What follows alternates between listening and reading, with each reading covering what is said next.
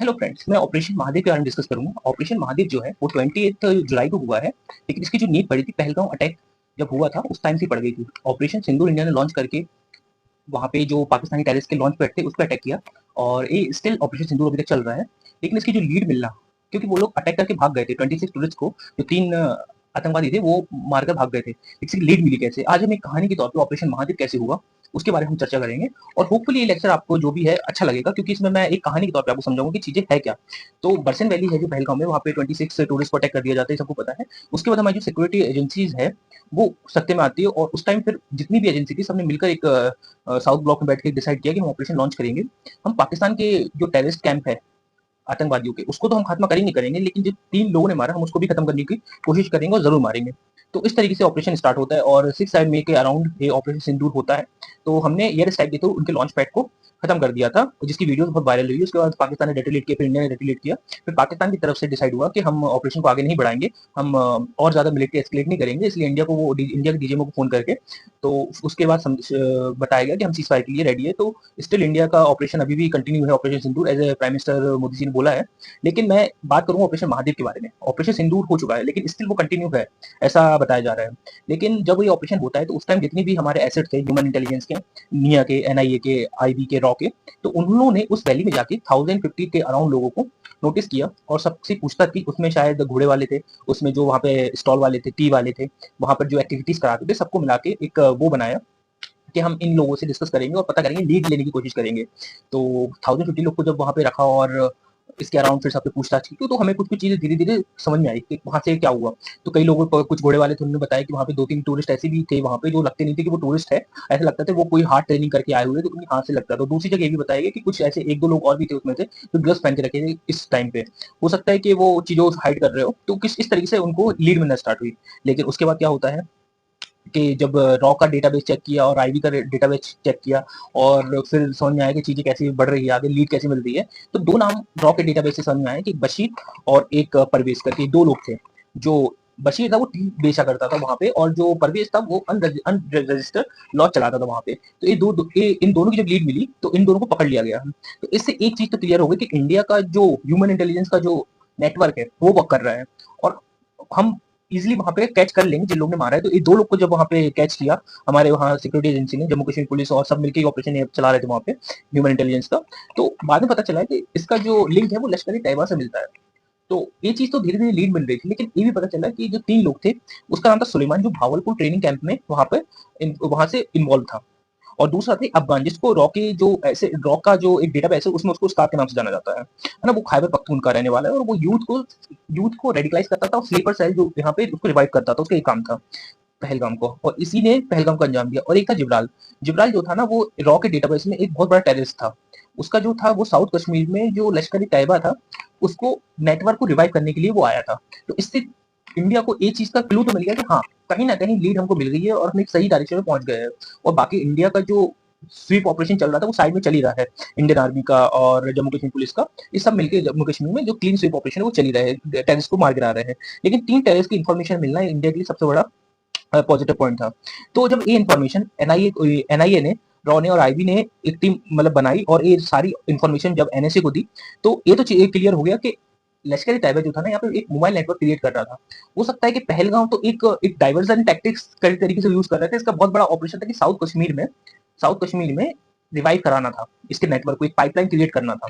तो एनएसए को फिर इस बात का समझ में आया कि यार चीजें तो हो रही है, तो क्यों ना इनके सबसे पहले इन्हीं को मतलब कि डिस्ट्रॉय किया जाए।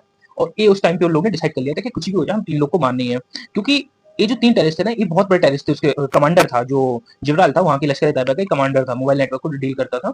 और वो जो था वो पूरे साउथ कश्मीर में अपना स्लीपर सेल को रिवाइव करना चाह रहा था, एक ऑपरेशन चलाता कि इंडिया में अनस्टेबिलिटी बनी रहे। तो एनएसए को अपने एक्सपीरियंस से और अपने पास्ट को देखते हुए ये उन्होंने डिसाइड कर लिया कि हमें इस चीज का जो नेटवर्क जो वो क्रिएट कर रहे हैं इसको खत्म कर देंगे, इन तीनों को मार देंगे, तो कहीं ना कहीं इनका जो नेटवर्क है वो खत्म हो जाएगा। तो डिसीजन लिया गया कि फिर उसके बाद से आर्मी ने, सीआरपीएफ ने और जम्मू कश्मीर पुलिस ने, आईबी ने, रॉ ने, डीजीएम ने, सबने मिलकर ऑपरेशन कंडक्ट कराया कि हमको मारना है। तो एक तरीके से यहाँ पे जितनी भी एजेंसी है इंडिया की डिफेंस में इस टाइम पे, इन लोगों ने चीजों को एक दूसरे के साथ शेयर करके, इन्फॉर्मेशन को शेयर करके चीजों को सही जगह तक पहुंची और उन 3 लोगों को मारा।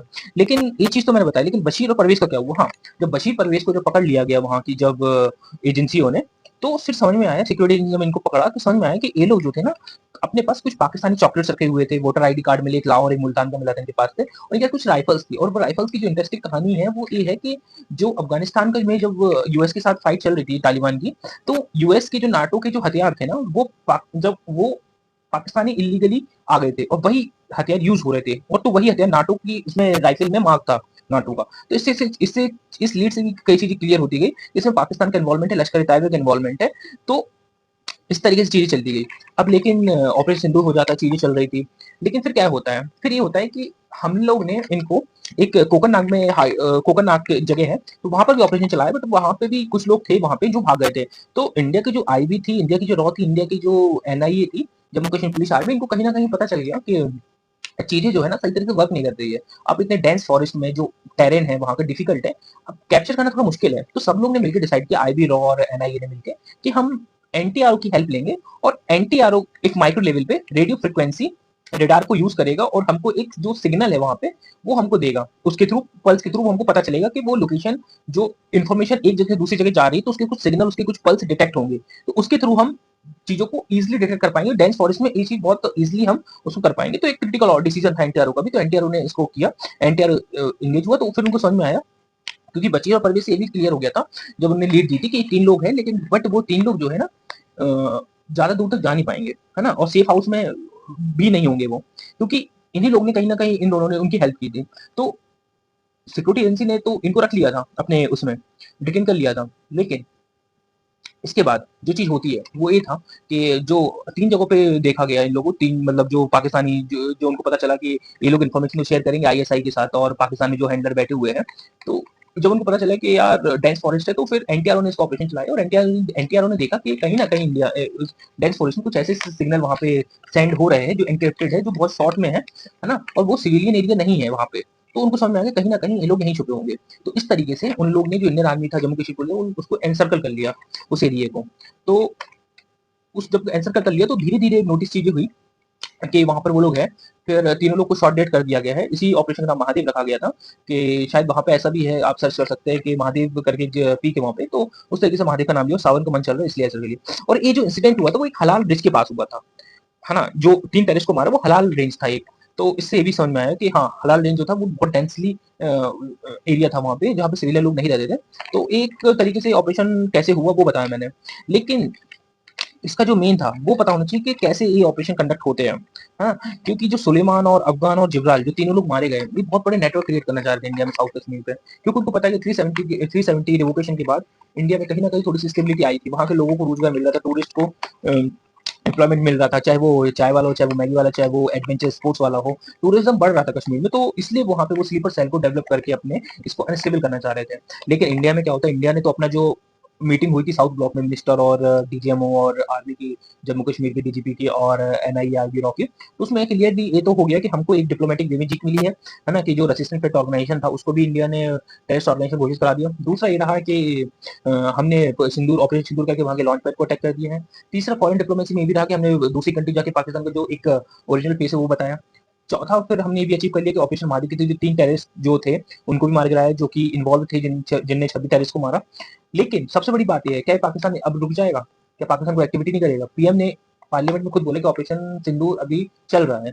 तो कहीं ना कहीं इंडिया को पता है कि पहलगांव तो एक अटैक का एक डाइवर्ट करने का तरीका हो सकता था पाकिस्तान का, वो इससे भी बड़ा कुछ प्लान कर रहे हो, क्योंकि उनको भी पता है कि 26 लोग को मार के वो इतना कुछ नहीं कर पाएंगे, क्योंकि इंडिया ने उसका बहुत मुंह तोड़ जवाब दिया, वो कुछ और बड़ा करने। तो बड़ा यही हो सकता था कि साउथ कश्मीर में वो अपने नेटवर्क को रिवाइव करना चाह रहे थे, वो अपने स्लीपर सेल को रेडी रखना चाह रहे थे, जो इंडिया में कहीं ना कहीं अनस्टेबिलिटी क्रिएट कर सके। तो ऑपरेशन महादेव का एक जस्ट मैंने खानी के तौर पर बताया कि कैसे हुआ था। तो इसमें जो भी एजेंसी थी सबने मिलकर कॉपरेट किया। इसमें एनटीआर को बहुत बड़ा योगदान था, जिसने सिग्नल को वो किया, क्योंकि वो लोग सैटेलाइट फोन यूज करते थे, और सैटेलाइट फोन के थ्रू जो सिग्नल मिला हमको वो उससे, तो उससे हमकी लोकेशन पता चली, और लोकेशन के थ्रू वहां पे जाके उन लोगों ने वहां पे मारा, जो ऑपरेशन चलाया। तो एक थोड़ा सा मैंने डिस्कशन दिया है, एक थोड़ा सा समझाने की कोशिश की है, तो होपफुली ये लेक्चर आपको अच्छा लगा होगा। So thank you very much for watching this.